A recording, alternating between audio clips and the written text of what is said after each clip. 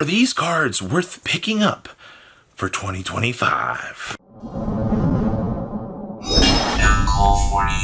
Make sure you guys smash that system down button so you guys don't miss out. Wait. System down?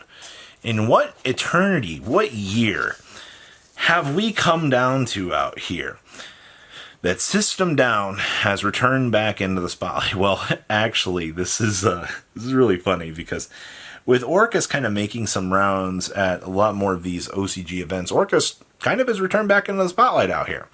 And unironically enough, with Orcust kind of getting some excitement and kind of turning some heads and getting people kind of looking around going, Orcust it's really relevant, Robbie. Seeing this card show up as a tech choice to play against Orcust doesn't surprise me. Let's pay 1,000, banish all machines from the field in the graveyard. So even if your opponent tries to do like a quick effect special summon, it's going to hit the field, and then it's just going to go boom because it's going to get removed by the System Down. So, I mean, if you want an absolute auto-win button out here, and you don't want to deal with anything related to Orcust, then you should probably, pick these up. Now, I have no idea when we are going to get Orcust cards.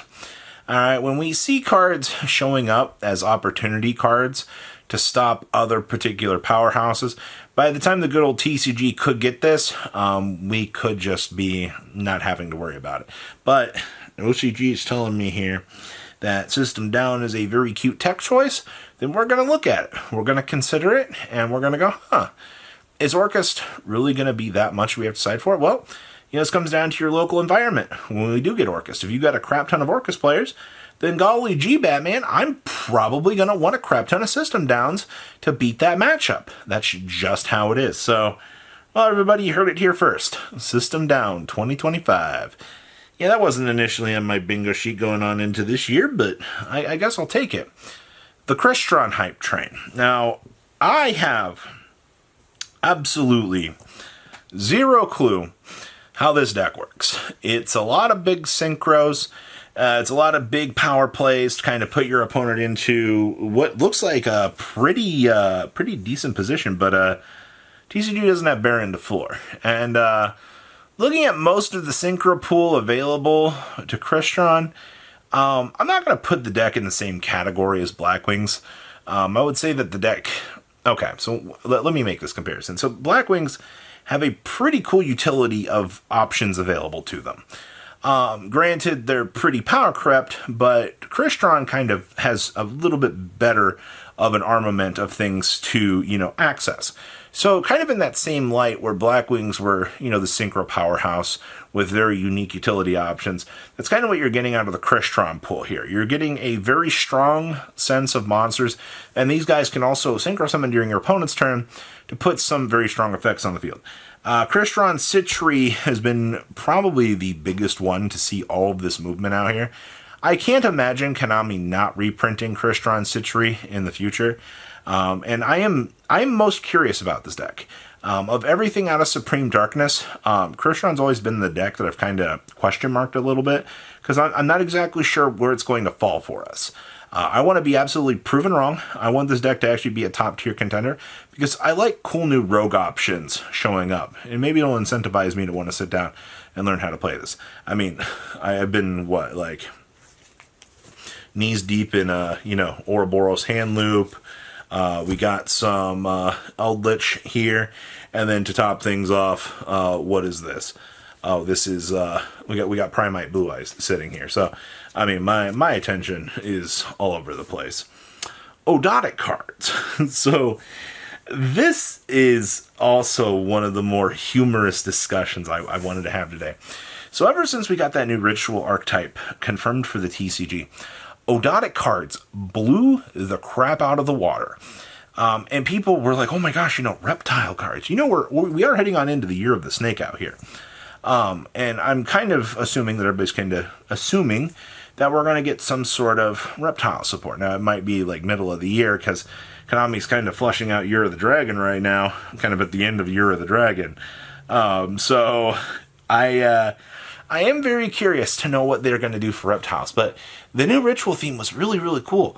I just really wish we had more synergy with like reptilians or like some alien tie-ins, but like it's cool that Ogdoadics are being looked at as an explorative option for this stuff, because who doesn't love Ogdoadics, man? Like, they were always that engine, and I've always dubbed it the good bad deck. You know, on any given day, an Ogdoadic player can go 4-0. Hell, an Ogdoadic player can go 7-0. 8-0, 9-0 is a completely different question of sanity out here, because the deck's greatest weakness is always going to be itself. This deck always has issues. Now, if we're mixing more inconsistent options into the beast, well, we're going to have more problems in terms of, this isn't the only thing that's going wrong here. And I think that that's very important to remember. I do actually love the idea of Ogdoadics being good. Keep an eye on it. You know, these cards have fluctuated all over the place in the last couple weeks because of the new ritual theme. And I don't think that this is going to go anywhere right now. That's not to say, you know, with the next theme, you know, when they pump another 7 cards into this, but anything is truly possible. Like, that's what makes Yu-Gi-Oh! Such a unique game. Masterpiece in the true Draco Slayer. I actually just saw Masterpieces hit $10. Why is that? Well, Masterpiece was like always 20, Robbie. You know why? Because it came back on Master Duel, and the card didn't do shit. Let me say it again. Masterpiece is not good. It is okay, but it's not 2019 anymore, everybody. It's 2024 going into 2025. If not, it's already 2025 by the time this video is going up. You know?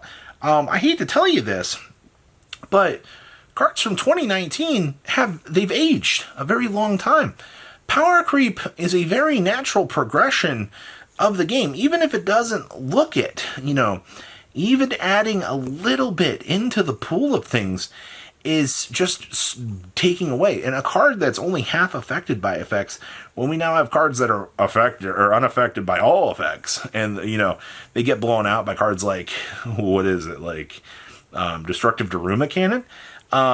Yeah, they have limited usages now. I do want to see a point where we do get some new True Draco support. I don't think that's out of the question.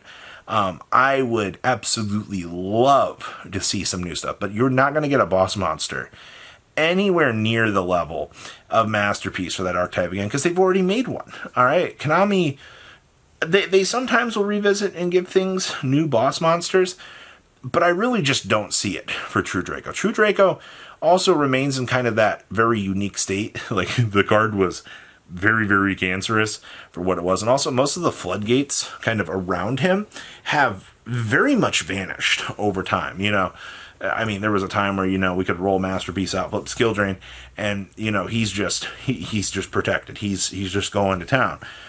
We don't have that anymore, and time's really, really shown what, you know, age has done for that. The Red Eyes Metalmorph line. So, it's been apparent that Konami loves giving generic cards to very, very generic engines. Things like dragons having this ability to poop out this big Omni Negate was really, really quite impressive, actually. And we've constantly been seeing the Red Eyes from this going up on the chart very, very highly. I think it's cool to have, what is it, a 2-card splash package of just the Metalmorph that tributes, and then the Red Eyes to tuck itself back into the deck to be able to roll this out. Now, there's always going to be that awkward situation where you draw both of them, and you're just like, you know, what am I supposed to do here? Unfortunately, nothing. You just got called what we like to say in the business, Yu-Gi-Oh!, and variance happens. But in terms of, if you're looking at anything dragons in the future here, this one of line is pretty much going to be something you're going to need just to have in order to try to play this stuff. So yes, keep an eye on the Red Eyes package.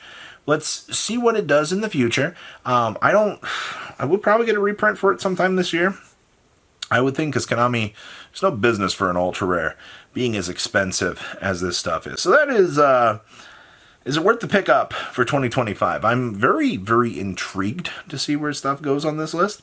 But if not, you know, nothing wrong with that, to say the least. At least we were prepared. Well, I hope you guys have a good rest of your day, alright? Peace.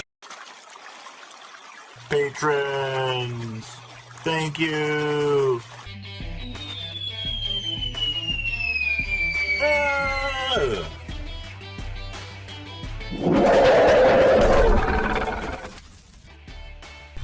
Thank you so much for watching. Check out these other videos.